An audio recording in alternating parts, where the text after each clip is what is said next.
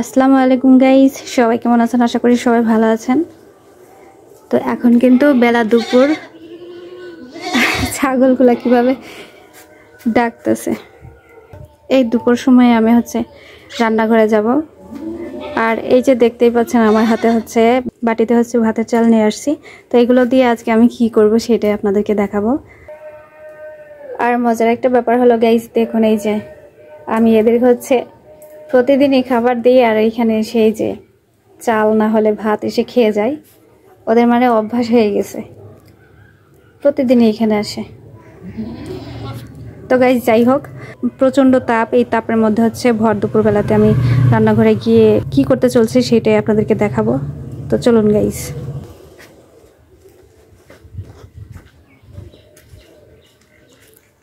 অনেক সুন্দর একটা রেসিপি আপনাদেরকে দেখাবো। এটা আমাদের গ্রাম বাংলার বলতে গেলে অনেক পছন্দের একটা খাবার। এখানে আগে থেকে আমি অনেক কিছু নিয়ে আসছি। বাবু আর বাবার আব্বু বারবার বলতেছিল ঘরে কিছু আছে, ঘরে কিছু থাকলে খাইতে দাও। আসলে ঘরে তেমন কিছুই নেই, যার জন্য এই ব্যবস্থা। এই চালগুলো নিয়ে আসছি। আজকে এই চালগুলো ভাজবো, কারণ বাসায় মুড়ি নাই। মুড়ির কাজটা এই চাল দিয়ে চালাবো। আর এখানে পেঁয়াজ নিয়ে আসছি, ঝাল নিয়ে আসছি। এই চালগুলো ভাজার আগে আমি একটুখানি লবণ দেবো এখানে, আর একটুখানি পানি দেবো। ওই পানি দিয়ে মিশিয়ে নেব। যাই হোক, লবণ আর পানি দিয়ে আমার চালগুলো মেশানো হয়ে গেছে। আর গাইস, এই চালগুলো ভাজার আগে আমি কড়াইতে একটুখানি তেল দিয়ে নেব।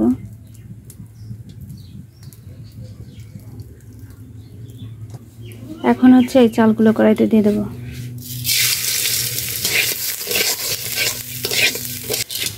হয়ে গেছে আব্বু, দেখো ভাজা প্রায় হয়ে গেছে। এখন নামিয়ে নেব। এই ভাজা চালগুলো প্রচন্ড গরম, এই জন্য আমি বড় একটা পাত্রে এইভাবে ঢেলে রেখেছি যাতে ঠান্ডা হয়। আসলে এগুলো ভাজার একটাই কারণ, তো কি খাবে ওরা ভেবে পাচ্ছিল না, ঘরেও কিছু নাই খাওয়ার জন্য। এই জন্য আমি হঠাৎ করে এইগুলা তৈরি করার জন্য চলে আসলাম।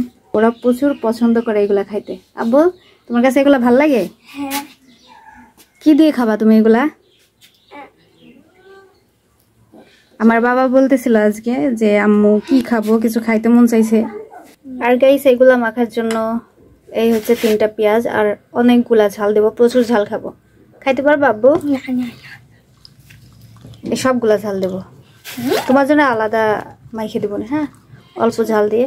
তুমি চিনির বয়াম নিয়ে আসছো? এগুলো এখন আমি কেটে নেব। এই তো দেখুন গাইস, চাল ভাজাগুলো কিন্তু ঠান্ডা হয়ে গেছে একদম। তারপর আমি এই আরেকটা পাত্রে ঢেলে নিয়েছি।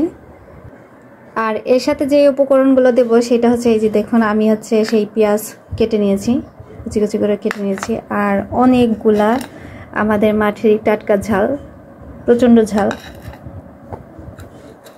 আর এই যে চানাচুর, এগুলো দিয়ে মাখবো। আর বিশেষ একটা জিনিস নাই আমাদের, সেটা ধনিয়া পাতা। তো যাই হোক, এখন বাবুর আব্বু আর বাবু খেতে চাইছে, কিছু করার নাই। যার জন্য হাতের নাগালে যা আছে এইগুলো দিয়েই এই জিনিসটা তৈরি করব। তো গাইস, প্রথমে আমি পেঁয়াজ কুচিগুলো দিয়ে দেব। তারপর ঝালের কুচিগুলো দেব, দিয়ে দিলাম ঝালের কুচি। এরপর চানাচুরগুলো দিয়ে দেব। আর গাইস, যেহেতু আমি এই চাল ভাজার সময় আমি একটুখানি লবণ ব্যবহার করেছি, যার কারণে এখানে লবণের পরিমাণটা একটু কম দেব। এরপর দিয়ে দেব খাঁটি সরিষার তেল।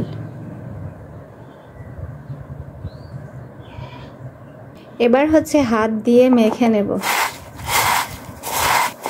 তো গাইস, এইভাবে কারা কারা খেয়েছেন? আসলে এই খাবারটা আমাদের গ্রাম অঞ্চলে সবচাইতে বেশি চলিত। আমরা দেখি প্রায়জনই এই খাবারটা পছন্দ করে। আর বিশেষ করে ঝালমুড়ি তো আমরা খাই, কিন্তু আমাদের বাসায় আপাতত নেই, যার কারণে এটা করতে হলো। এর মধ্যে ধনিয়া পাতা দিলে আরও অনেক সুস্বাদু হতো, তবে ধনিয়া পাতা নাই। আরও অনেক উপকরণ ব্যবহার করা যায়, লেবু দেওয়া যায়, শসা দেওয়া যায়। তো গাইস, আমার এই যে চাল ভাজাগুলো মাখা হয়ে গেছে। তো আজকের রেসিপি হচ্ছে ঝাল পেঁয়াজ আর চানাচুর দিয়ে চাল ভাজা মাখা। আমি অন্য একটা রুমে আছি, বাবুর আব্বু আর বাবু টেলিভিশন দেখছে। তো আমার বাবু দেখেছে কিন্তু বাবুর আব্বু দেখে নাই। এখান থেকে রেডি করে নিয়ে গেলাম, তো বাবুর আব্বুর সামনে এখন গিয়ে দেব। তো আমাদের ভাজা মাখা হয়ে গেছে, এখন বাবুর আব্বুর কাছে হচ্ছে নিয়ে যাব, দেখি কি করতেছে। কই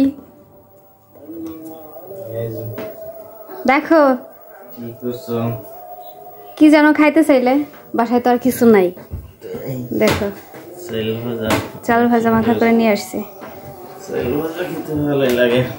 তুমি তো প্রচন্ড ঝাল খাও, বাবু তো আর খায় না। তো খাও, আব্বু খাইয়ে দেখো কেমন হয়েছে।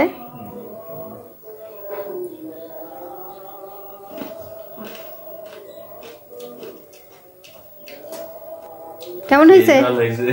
সেই ঝাল, প্রচন্ড মজা লাগতেছে না? ঝাল বেশি খাবা।